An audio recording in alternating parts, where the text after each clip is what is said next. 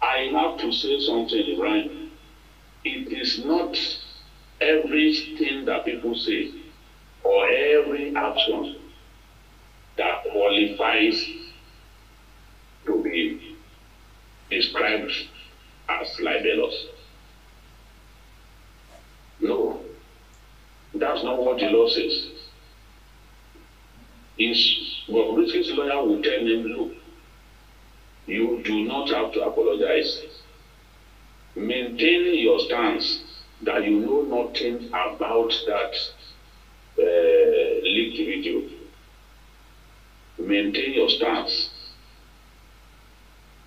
His defense will be consistent and he will say, look, I didn't know about this. I didn't know I was being recorded and I didn't tell anybody to release the voice clip, the audio clip.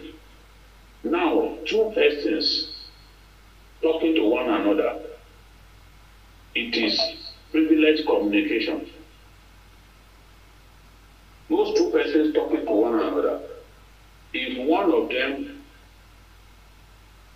chooses to record without the knowledge of the other party, and he goes ahead to release the audio clip from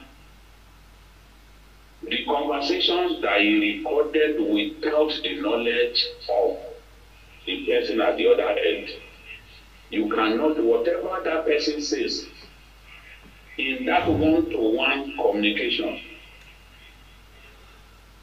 cannot qualify as libel, except you can prove that he authorized the release.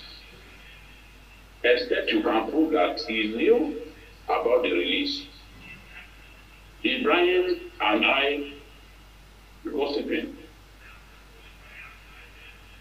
or Agufé and I gossiping about the president, just two of us talking, and I abuse the president in the process. I did not know that Agufé was recording me. I did not know that I was going to release the audio to the public. You cannot accuse me of libel. If you take me to court on account of that, I'm going to argue that I didn't know how that video, that audio clip was leaked to the public. I was just talking on my own. I didn't have the intention of embarrassing anyone. I didn't tell anyone to release my private conversation.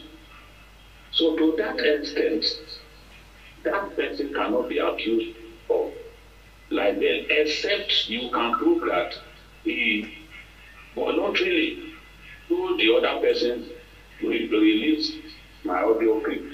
So it's a long walk for the Falanos. It's a long walk. It's not as simple as it seems. The more liable person in this matter is that man. And I said it before on Johnny's Hangout, that that man does not know about the law of libel. That was why he was saying, no, I wasn't the one who said those things. I wasn't. For using your platform to ventilate what was said in that audio clip, you are very, very liable. So I don't know what I don't know what Bobrisky wants to say, but Bobrisky can even argue that that was not his voice, that what happened was AI generated and all that. So the service provider may then have to come in. I can tell you it's very difficult to get the service provider to come in matters like this, but they also know that communication is by nature private. So people have tried in the past to get the service provider to release evidence or clips like this, except the police strongly make that demand. Of course, you and I know that this is a civil matter. So how do you get them to release? That is another body. But in terms of one-to-one conversation, as I round up this, in terms of one-to-one conversation, If I did not know you were going to release the audio clip and it got released, to my surprise, you cannot accuse me of libel. I've not lied to you. I was talking just to one person. And I imagined I was talking just to one person. Even if you want to put somebody on speaker, you need to tell that person that you are putting him on speaker. Nobody has the right to record another person without that person's consent in a telephone conversation. It's unlawful.